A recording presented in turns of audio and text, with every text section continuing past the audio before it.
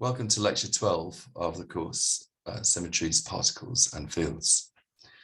So we need to finish off deriving the Lie algebra of the Poincare group, which we will do now. And then we're going to give you a summary of the upshot about the representations on quantum states of Poincare Lie algebra. We'll cover this fully right at the end of the course. As I said last time, it will be helpful to have some more general group theory and Lie algebra theory development in between. But we're going to then start a major topic on roots and weights, which is the way, it's a geometrical way of analyzing general representations of Lie algebras, for example. And it will involve us studying an object called the killing form, which we'll have to define first, and then I'll tell you how it helps us categorize different groups and so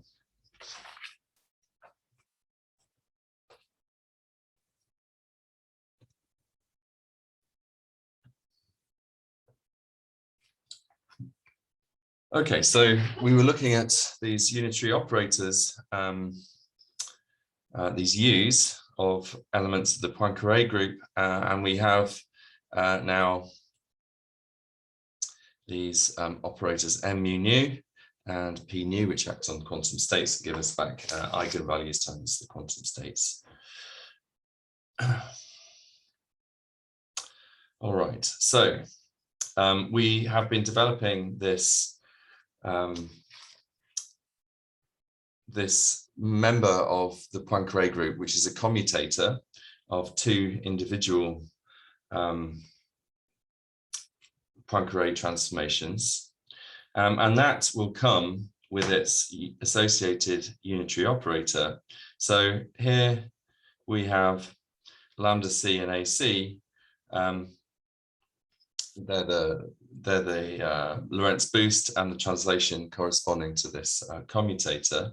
So it's going to be 1 plus a half omega c mu nu m mu nu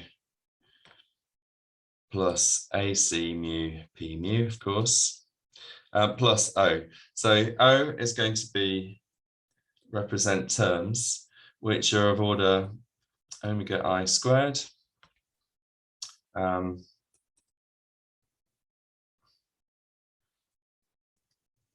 AI squared and AI omega I. So sum from I equals 1 to 2. All right, so remember that omega c we derived in the Lorentz group. This comes out to be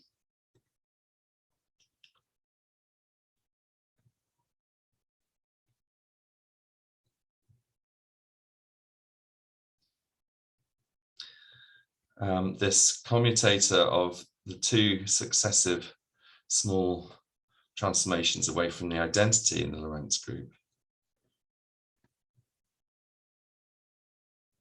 So this is omega c here.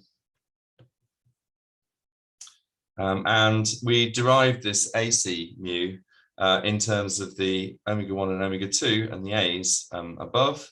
So AC mu is omega 2 A1 minus omega 1 A2 acting on P mu. So the idea is that in this O, we have terms which look like omega 1 squared, omega 2 squared terms. We've got A1 squared and A2 squared terms. So in other words, terms with a different dependence than the ones that we've got here. So really what we're doing is we are looking at small perturbations, but we're particularly interested in the functional dependence on certain combinations of two of these, and we're not interested in other combinations on each side.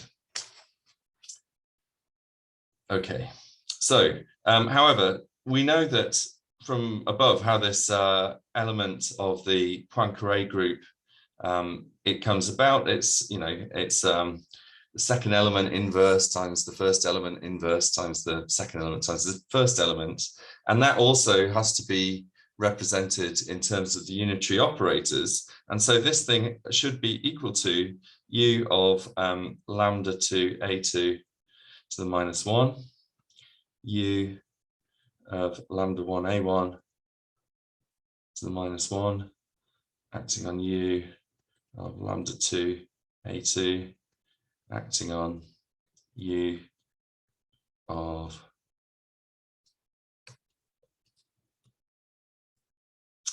lambda 1 a1. So this mirrors what happened with deriving the Lorentz algebra. We did exactly the same procedure, except there, of course, all of the a's were fixed to 0. Now, there is about 6 lines worth of working. All you need to do is substitute in for the small expansions of lambda 2 and lambda 1.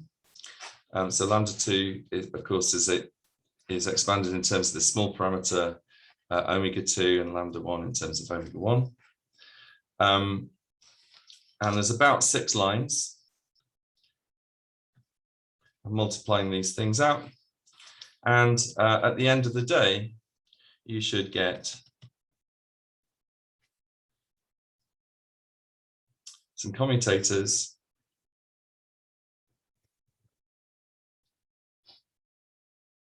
The commutators you should get will be half omega 2 mu nu m mu nu plus, let me actually write this on from the left because it'll be a longish line.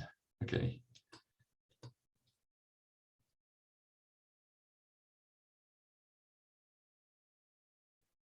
Omega 2 mu nu m mu nu plus a2 mu p mu, comma, half omega 1 rho sigma m rho sigma plus a1 sigma p sigma. So it's the commutator of that plus these terms of some higher order in the omegas and the a's, or orders that we're not interested in. So we can compare the coefficients of, for example, omega 2a1 between this line, or the top line here, and this line underneath.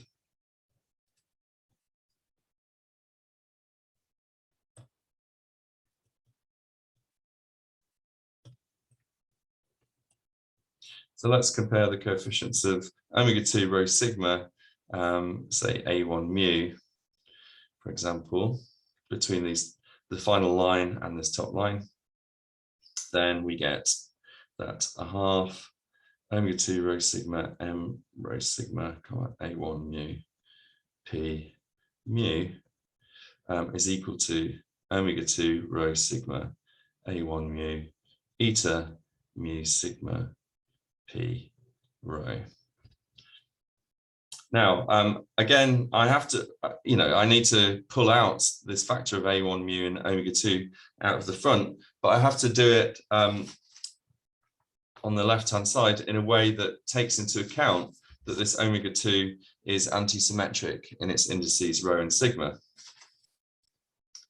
And then because I've got the same factor on the left-hand side and the right-hand side, and all of the components of this, once we've taken the antisymmetry into account, are independent and can be independently varied, then we can effectively cancel off the omega 2 O1s from each side. So what this will give us,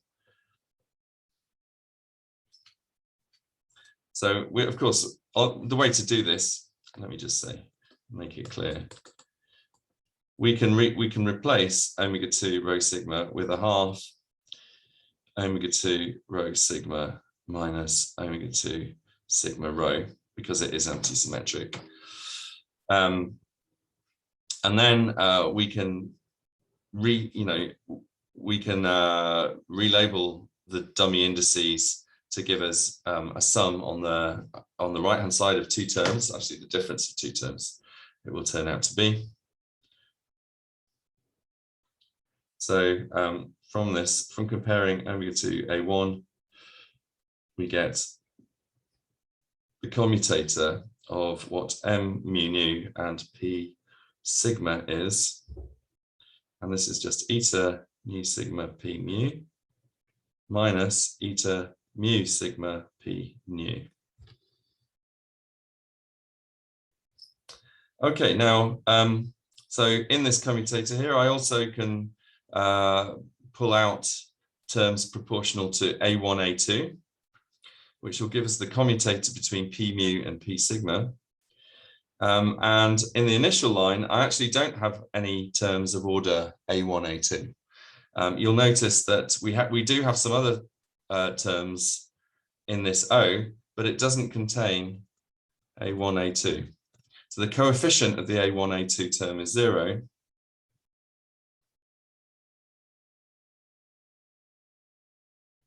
And so the coefficient of the, so if we compare the top and bottom lines, we get the commutator of P mu with P nu is equal to 0. And if we compare the coefficients of omega 1, omega 2, mu nu rho sigma, again taking the antisymmetry into account, this will give us the Lorentz algebra as before.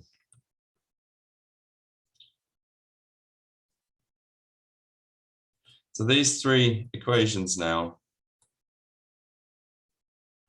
these are the Poincare algebra.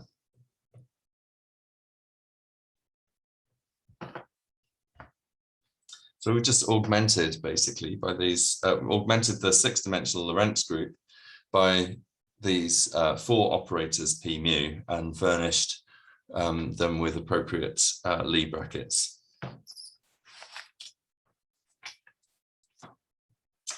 So P mu on its own generates translations in space and time. And so just on its own, it generates this T4 translation group in 4 dimensions. And we can see from this Lie bracket that that's an abelian group. It has a vanishing Lie bracket. So let's just give you the summary of irreps of the Poincare group.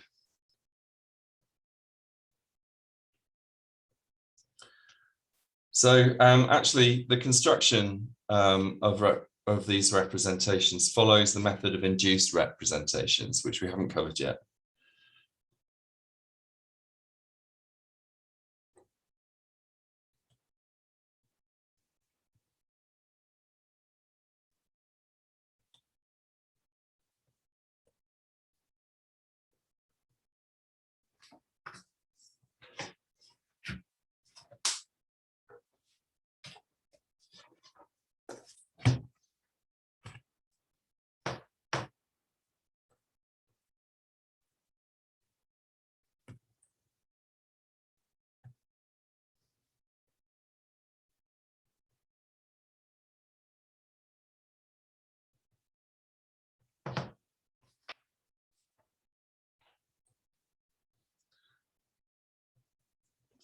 So induced representations of SO 1,3 cross T4, semi-direct product with T4.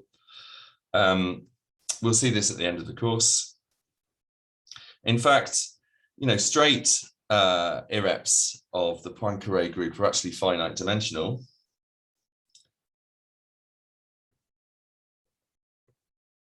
So in other words, not induced reps, but straight irreps are finite dimensional.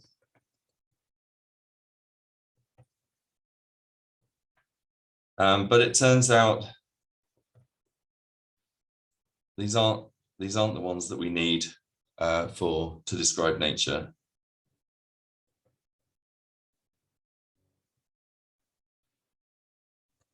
What we need are actually infinitely dimensional representations, and they'll be described by these induced reps. But let's give you a brief summary of the upshot of what happens when we're going to do this.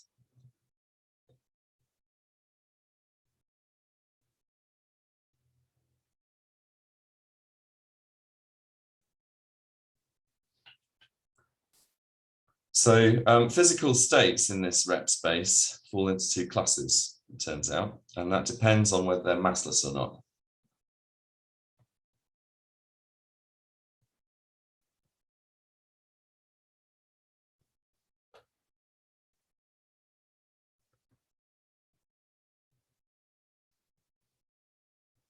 We have massive states. So this is where okay, so I'm going to label the eigenvalue of this operator big P when acting on a quantum state as little p. So let me just say that's P mu acting on some quantum state with a little, which is labeled by a little p, gives us P mu times the state back. Okay. So when massive states have little p squared is equal to is bigger than 0.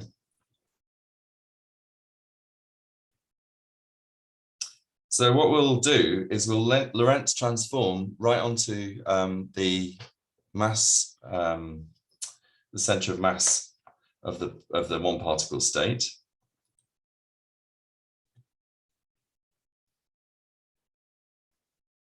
So what that really means, we Lorentz transform to some form where the form momentum of the particle looks like it's just got a mass and no momentum. And then using this method of induced representations,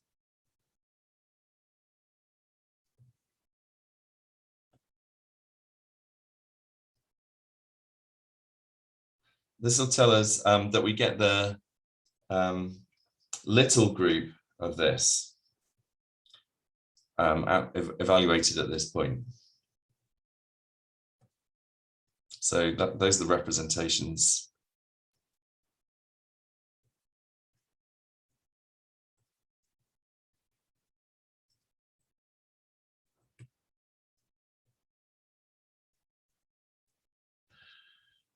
So in other words, it's the part of SO 1,3 acting on P dot mu that leaves it invariant. If you look back into chapter 1, that's how we describe this little group at a particular point. So in other words, we're going to call this GP dot. Now, if you think about it, it's obviously going to be the ones that rotate these spatial dimensions, because that's a 0 vector, and so when you rotate them, that'll be invariant. So we have SO3, so our representations are of, well, it's the Lie algebra of SO3, but of course, acting on quantum states, this ends up being it's isomorphic to the Lie algebra of SU2 anyway, and the representations come out to be of SU2. So in other words, we have total spin S. Well, let's call it J, actually. We've been calling it J up until now. Total spin J, which is half integer. And J3, the third component, goes from minus J, that's J plus 1, all the way up to J. So standard quantum states of angular momentum. Okay, then what we'll do is we'll end up transforming back to general P mu. We Lorentz transform.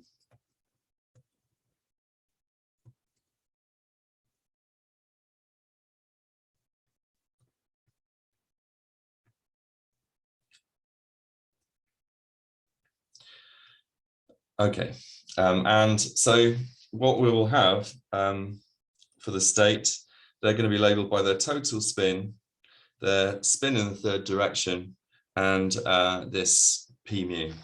as well.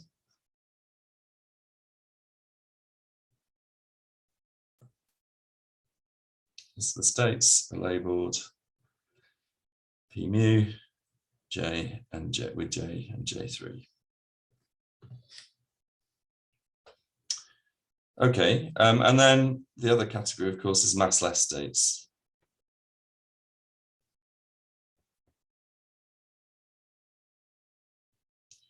So here we have p squared is equal to 0. So now we can't Lorentz transform onto the mass shell of the particle because it's going at the speed of light, and a Lorentz transformation won't get us there, but we can simplify p mu, general p mu a bit, and we go to p dot mu is E, and then we just make sure we basically do a rotation such that it's going in the third direction. So its momentum is equal to the size of its energy. And here we'll show that the little group is now, well, it's isomorphic to SO2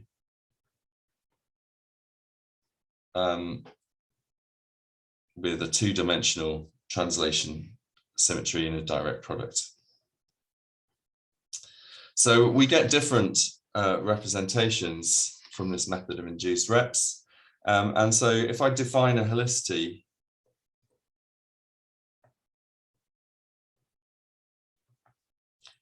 H is, so this is the component of J in the direction of the momentum. So in this Lorentz transform thing, it would be in the third direction. So defining helicity in this way, we only obtain two helicity states.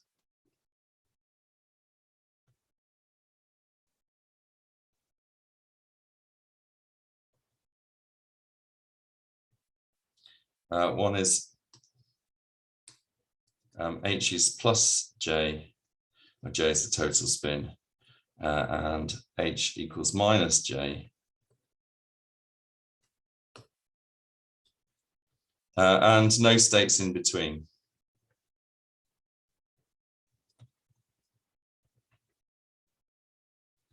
So states are labeled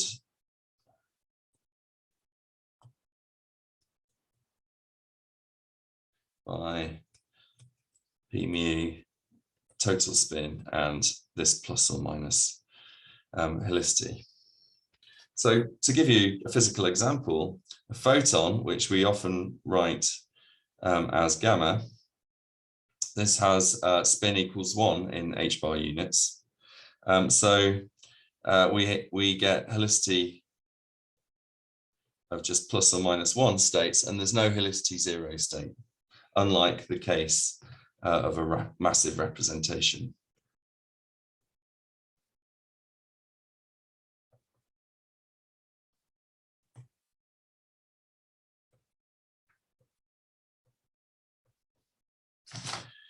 Good.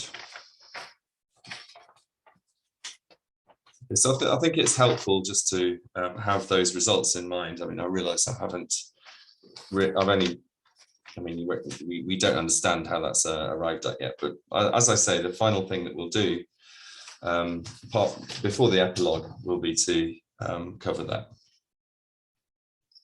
All right, good. So now I want to start an important new chapter. And this is chapter 6.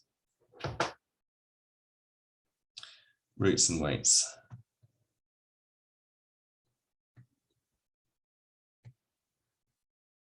So what we're going to do is build up a geometrical picture of representations of the Lie algebras of Lie groups, and this will allow us to discuss representations of general Lie groups and so on. And there are various things that we need to build up and define to begin with in order to begin our discussion. And the first one is something called the killing form. This will help us categorize different Lie groups. So let's define this killing form.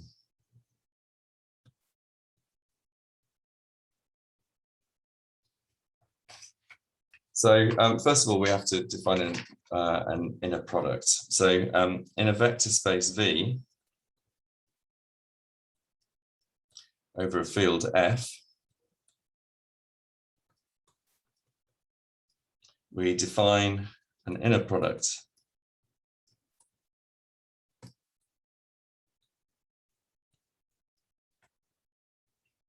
and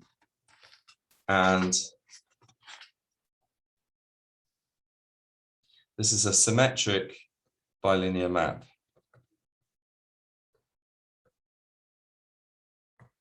So I'm going to call the map I, and it takes us from vector space cross vector space to F, to a number. So the map, this inner product is non-degenerate. So this is definition. It's non-degenerate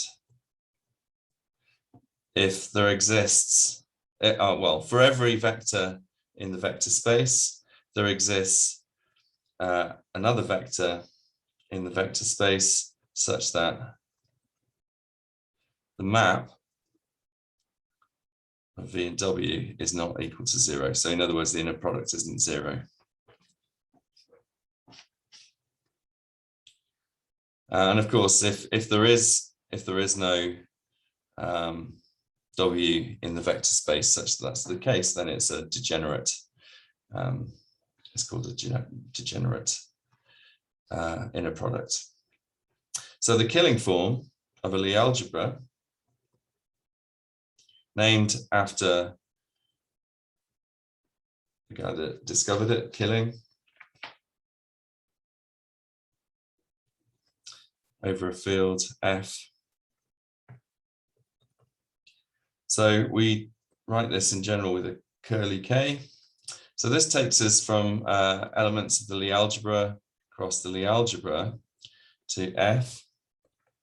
And so what happens is if we have two elements, X and Y of the Lie algebra, we can calculate this as the trace over the adjoint of X composed with the adjoint of Y. So this is an inner product, and we can see this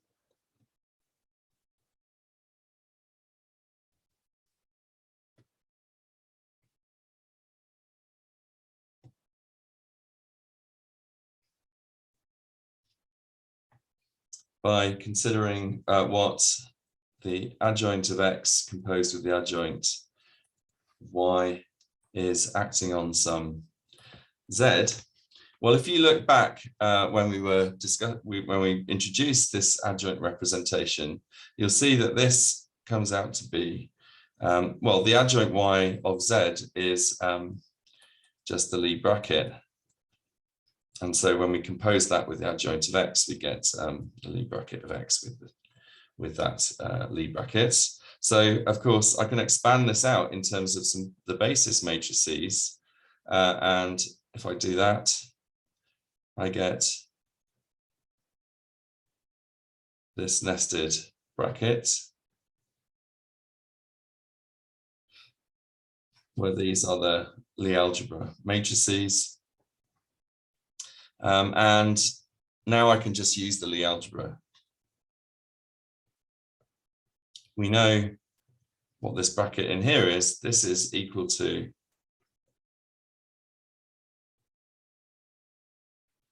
F(d) BC times TD. So we just get the commutator of TD, and then we use Lie algebra again.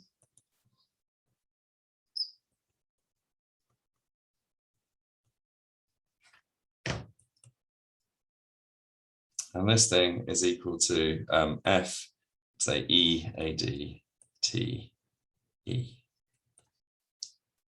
Okay, so we're going to put this equal to some matrix, which is a function of X and Y. And this matrix has row C, we have the Cth element on the row and the eth on the column times ZC TE. Okay, so all we've done is we've defined this matrix, or at least the CE component of it, to be X, A, Y, B, F, D, B, C, F, E, A, D. Okay, so, well, that allows us to identify the killing form, which is the trace of this matrix.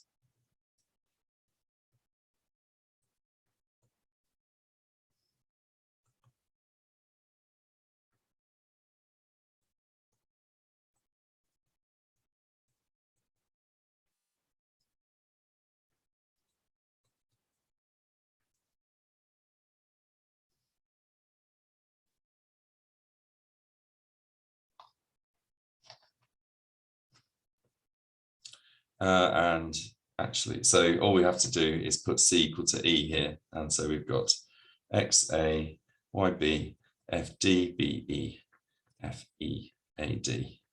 And that I'm going to call equation 6.1. Now, okay, all of this was to try and prove that our definition of the killing form is an inner product. But we can see that this is bilinear because it's got X times Y in it.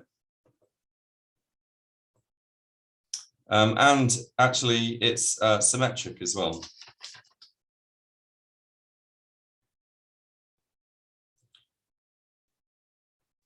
So in other words, if I switch X and Y, I can manipulate the indices to get back to the same thing. So this implies that it's an inner product.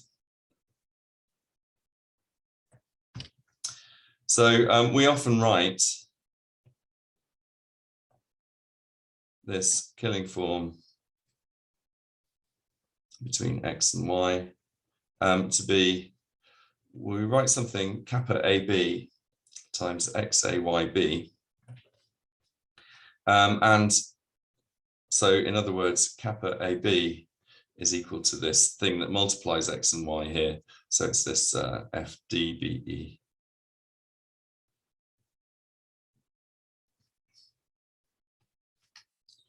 And this acts like a metric in the space. Okay, so the killing form has a property called invariance, and it's a particular equation that it satisfies.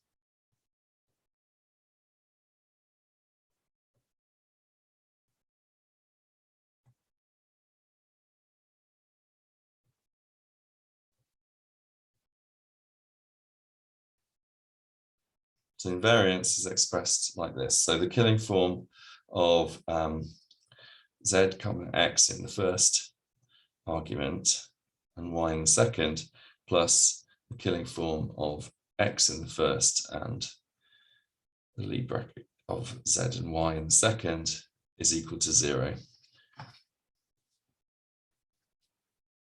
So we need to prove this.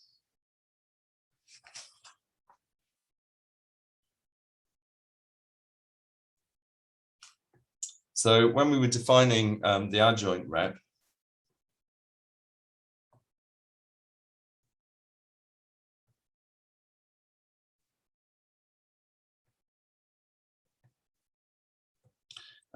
we saw, as part of that, we saw that the adjoint rep of x comma y is the lead bracket of adjoint of x and adjoint of y. So if you look back in your notes, you should be. It was during a computation, and these were two sets, on either side of an equality somewhere in the computation. So that's one thing. We're going to use that in the following. So what is the killing form of this z comma x with y? Well, this is the trace of the adjoint of z comma x composed with the adjoint of y. And this is the trace of, well, okay, so now we're using this property that we noticed from above. So this is trait of adjoint of x composed with adjoint of z composed with adjoint of x composed with the adjoint of y minus the adjoint of x composed with the adjoint of z composed with the adjoint of y. Now, all I'm going to do is use cyclic symmetry in the first term. So this is cyclic symmetry of the trace. So this is equal to adjoint x composed with adjoint y with adjoint z.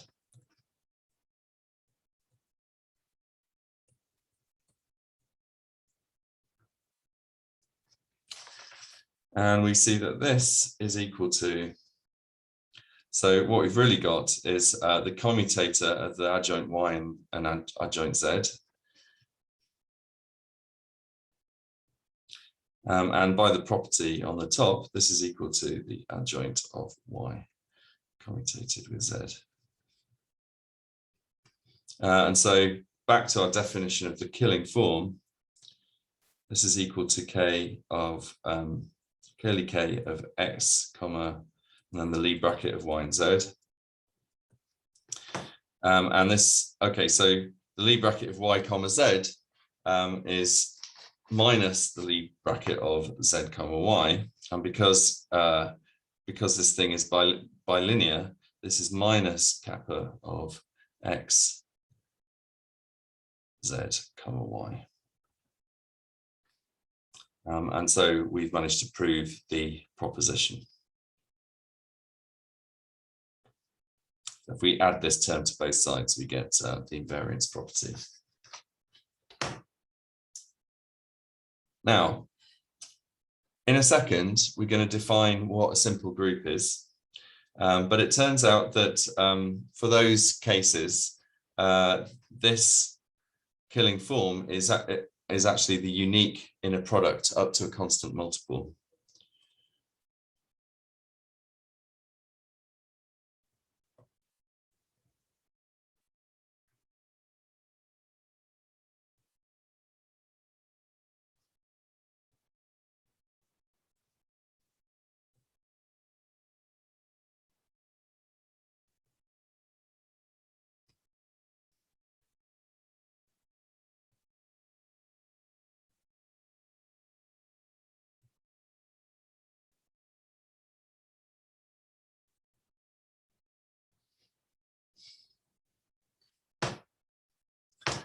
So I haven't defined simple yet, but you'll see it in just a second. So as I said before, the killing form will help us categorize useful Lie algebras.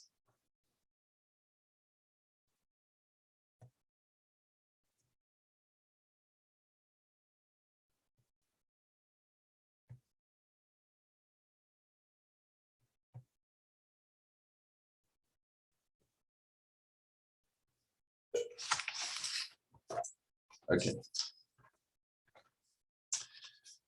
All right, so we now need to just give a few definitions.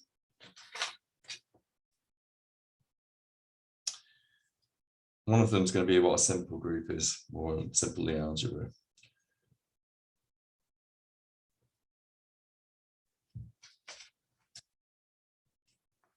So a Lie subalgebra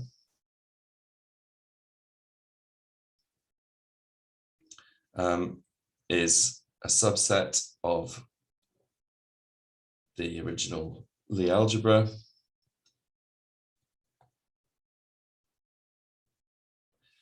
So it's a subset of LG, some Lie algebra, but is a Lie algebra in itself.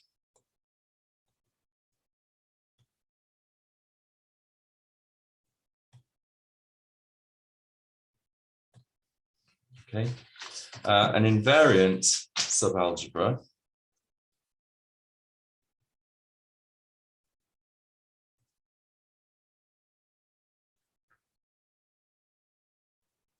this is also often called an ideal. So this is LH of LG. So this is a subalgebra such that x, the Lie bracket of x with y, is in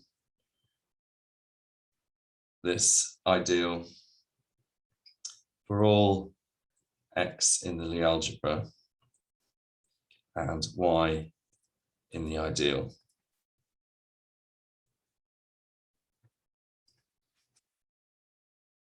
So in other words, you stay by using any other group transformation, you stay within this portion of the group. And then, of course, the Lie algebra is abelian if its bracket is always 0.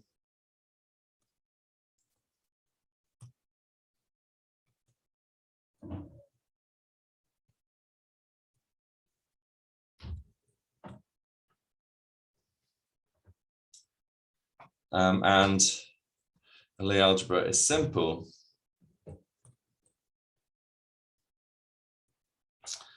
if it's non-abelian and has no non-trivial invariant subalgebras.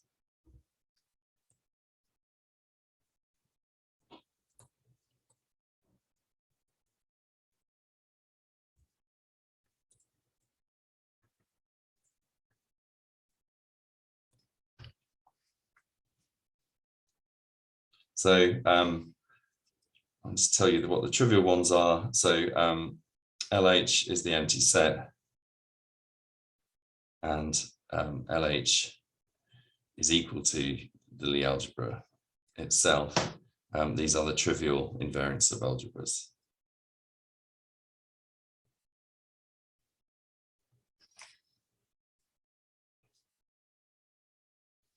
Okay, good. Now there's another important definition, which is that of semi-simple. So the Lie algebra is semi-simple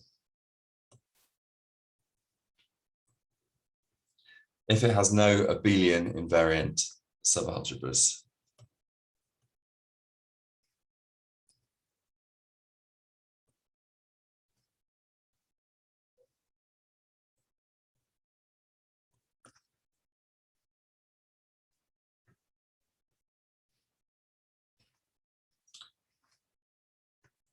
So in this case,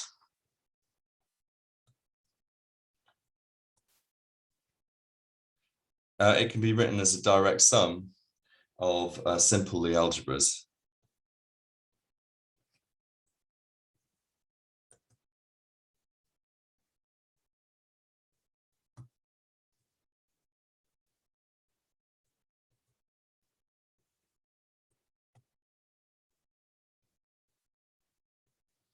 So in other words,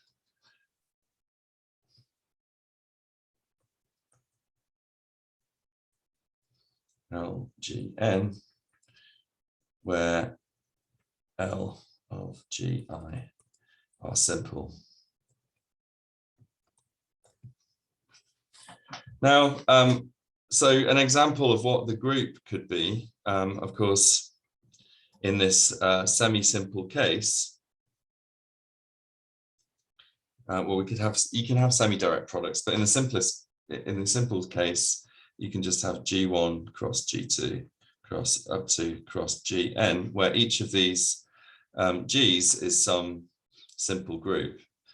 So they're non-abelian simple groups basically. So there's no U1 factors there because that would be an abelian in the algebra. Now, the reason we've been introducing this killing form is that one can show that the killing form is non-degenerate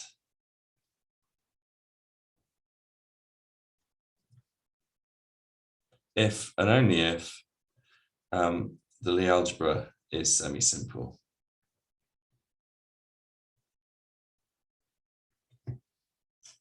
So what we're going to do is prove this in one direction.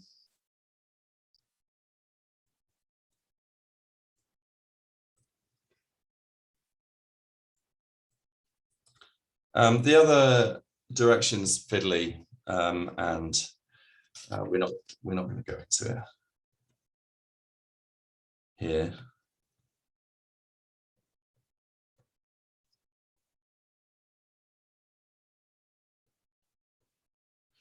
So what we're going to do is let's suppose that the algebra isn't semi-simple, and then we'll prove that that implies that the killing form is degenerate.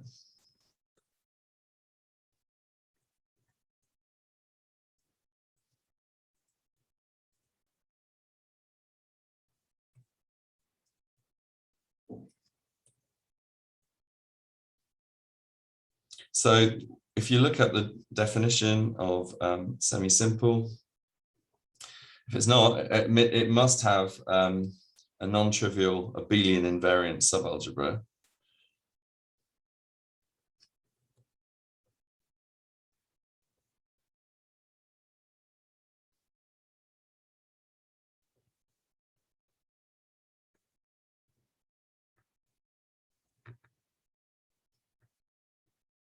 So let's call this L of J. Okay, so let's have big D being the dimension of the original Lie algebra, and little d being the dimension of this subalgebra, which is it's a abelian subalgebra, invariant subalgebra. So L of J. So little d has to be smaller than big D.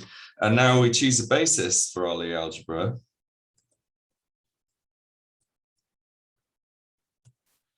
B is the set of all matrices TA, as per usual. But what we're going to do is we're going to write down the basis elements for the invariant abelian, abelian invariant subalgebra first. So I'm going to write those as TIs, I, J, K, etc., where I is from 1 to little d. And we write the other ones with an alpha index, alpha, beta, etc. So alpha is 1 to big D minus little d. So the idea is that this first part described is the basis of LJ. Now, so TI spans LJ. So since LJ is abelian,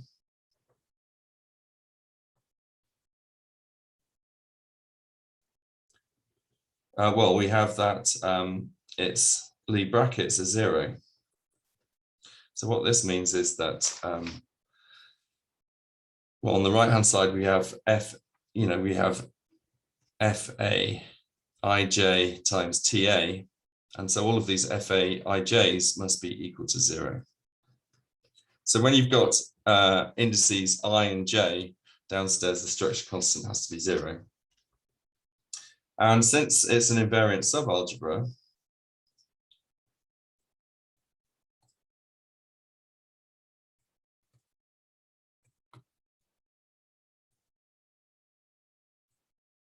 then the bracket of Ti with T alpha has to give you some member of the invariant subalgebra. So this is in L of J, i.e. f of beta alpha j is 0.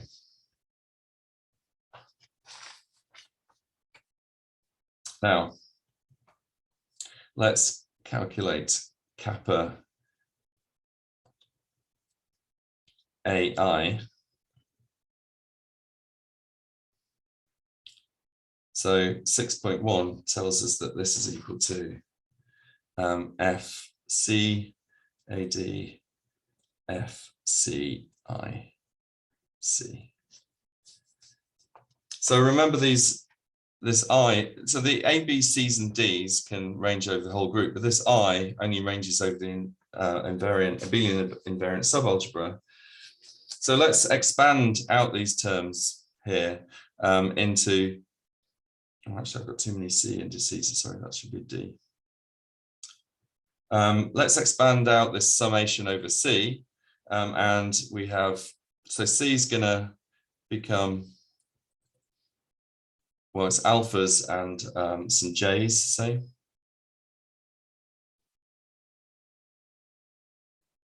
So we have J, A, D, F, D, I, J. Now I use this property where F, A, I, J is 0. So this last term is 0. Actually, I should make it more specific. So this is 0. Okay, so now I can further expand out the summation over this D index. And so this is F alpha A beta, F beta I alpha, plus F alpha AJ, F J I alpha is equal to 0. All right. Now, this first, by this property here, we have that the first term is 0. Okay, remember there's anti-symmetry between switching alpha and J. Sorry, A and J. Yep.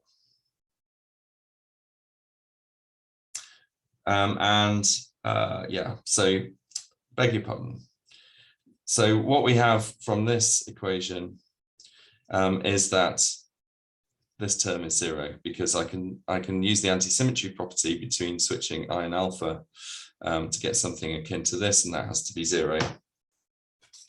And whatever this index A is, if A lies, if A is an index which goes up to little d, then we have something which looks like FAIJ, in which case it's 0.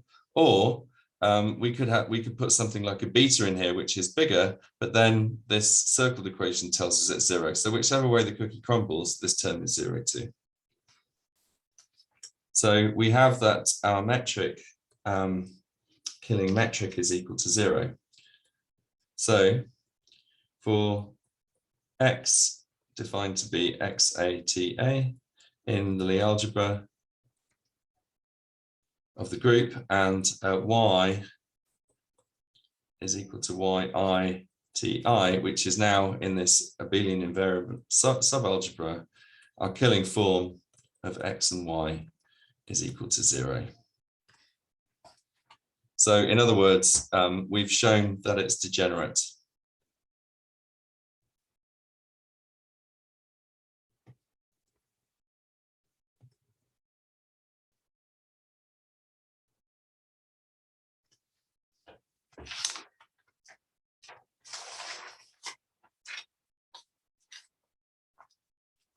We'll leave it there. Next time, we'll calculate an example of this killing metric in a simple example in SU2, and we'll carry on from there. Thanks.